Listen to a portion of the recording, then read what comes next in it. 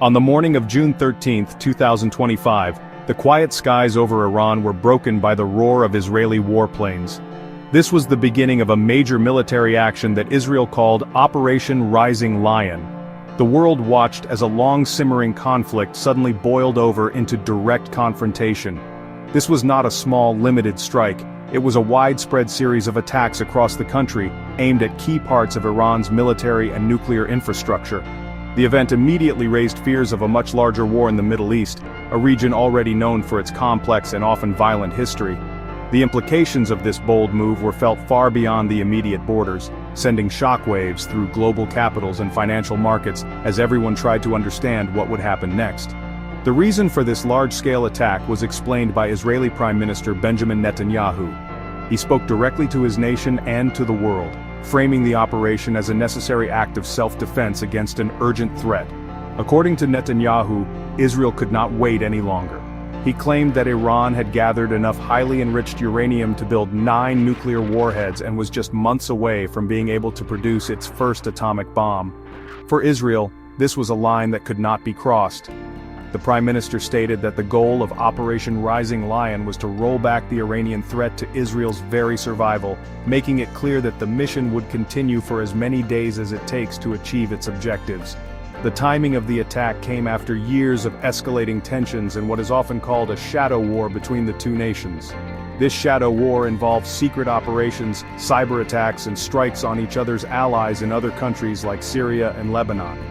However, Operation Rising Lion marked a significant change in strategy. It moved the conflict from the shadows into the open, a direct and public military engagement between the two regional powers. This shift represented a major gamble by Israel's leadership, who believed that the risk of Iran becoming a nuclear-armed state was far greater than the risk of a full-scale regional war that could follow such a direct attack on Iranian soil. This dramatic escalation did not happen in a vacuum. It was the culmination of a series of back-and-forth attacks that had become increasingly bold and deadly. The cycle of revenge had been spinning faster and faster, pulling both nations closer to the brink of all-out war. Each side felt it was responding to the other's aggression, creating a dangerous loop of retaliation. The June 13th strikes were, in Israel's view, the decisive action needed to break that cycle and neutralize what it saw as an existential danger. The world now holds its breath, waiting to see if this move will lead to a safer future for Israel or ignite a fire that no one can control. The Israeli airstrikes were carefully planned to hit the most sensitive and important parts of Iran's defense and nuclear programs.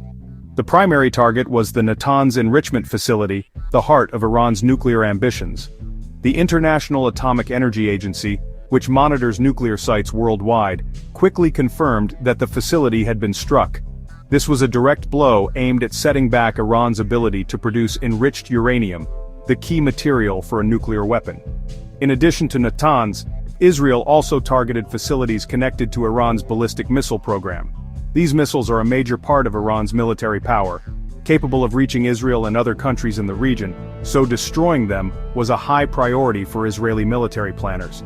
The attacks were not just aimed at buildings and equipment, they also targeted key leaders within Iran's military establishment. In a significant and highly symbolic strike in the capital city of Tehran, the head of the powerful Islamic Revolutionary Guard Corps, Major General Hossein Salami, was killed.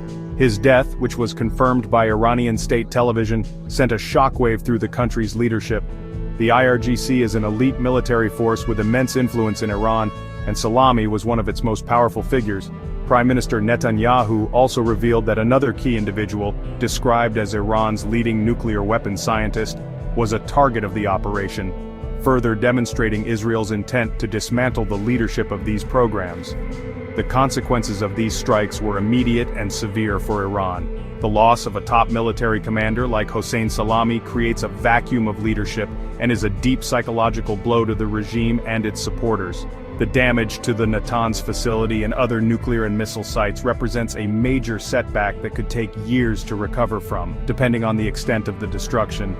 These actions were designed not just to destroy physical capabilities but also to send a clear message that Israel has the intelligence and the military power to reach any target inside Iran, no matter how well protected or important it is. This was a demonstration of force meant to change Iran's strategic calculations. For the people of Iran, the attacks brought the reality of the conflict directly to their cities. The sounds of explosions and the news of fallen leaders created an atmosphere of fear and uncertainty. While the Israeli military focused on specific strategic targets, the risk of civilian casualties and wider destruction is always present in such large-scale operations. The strikes on major cities and critical infrastructure highlighted the vulnerability of the nation and put the population on high alert. The immediate focus for the Iranian government was to assess the full scope of the damage, rally its people, and plan its inevitable response to what it viewed as a blatant act of war on its sovereign territory. Iran's reaction to the Israeli airstrikes was swift, furious, and filled with promises of revenge. The country's supreme leader, Ayatollah Ali Khamenei, delivered a powerful and threatening message. He declared that Israel must expect a severe punishment for its actions. This was not just political rhetoric, it was a clear warning that a major response was being prepared. Khamenei added that Israel has prepared a bitter and painful fate for itself, signaling that Iran would not take this attack lightly. These words were meant to reassure the Iranian people that their leaders would strike back, and to warn Israel and the world that the conflict was far from over. The entire region braced for Iran's next move. In Israel, the military understood that retaliation was not a matter of if, but when. The Israel Defense Forces immediately went on high alert. Lieutenant General Ayal Zamir, a top Israeli commander, publicly warned that the Iranian regime will attempt to attack us in response. Following this warning, the government advised Israeli citizens across the country to remain close to bomb shelters in anticipation of a potential missile or drone attack from Iran or its allied groups in the region, like Hezbollah in Lebanon. The mood in Israel was a mix of relief that a perceived threat was being dealt with, and deep anxiety about the violent response that was almost certain to come.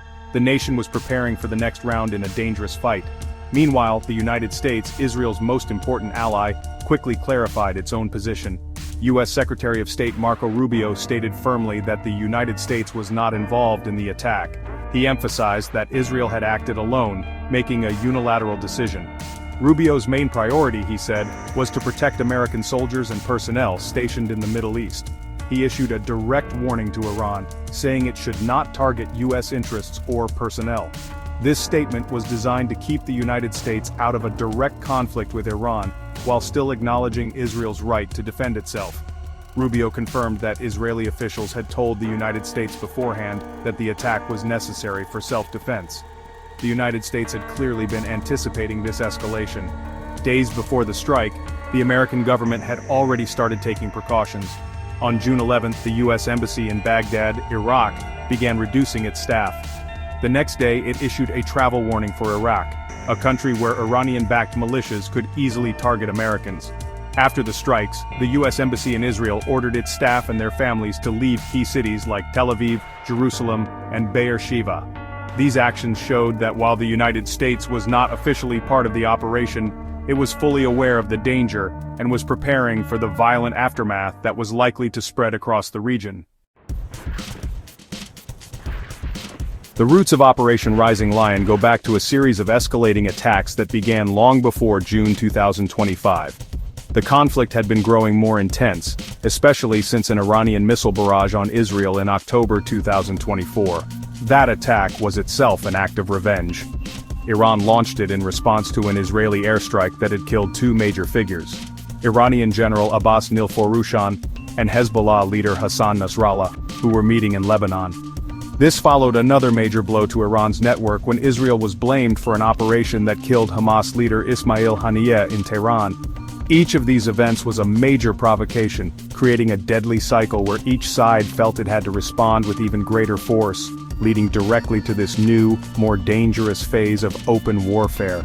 In the United States, the reaction among political leaders was sharply divided, reflecting the country's own deep political splits. Many Republicans offered strong and immediate support for Israel's actions. For example, Senator Tom Cotton of Arkansas posted on social media, "We back Israel to the hilt, all the way." Similarly, Senator Rick Scott of Florida called for prayers for the safety of American troops in the region and for the success of Israel's mission.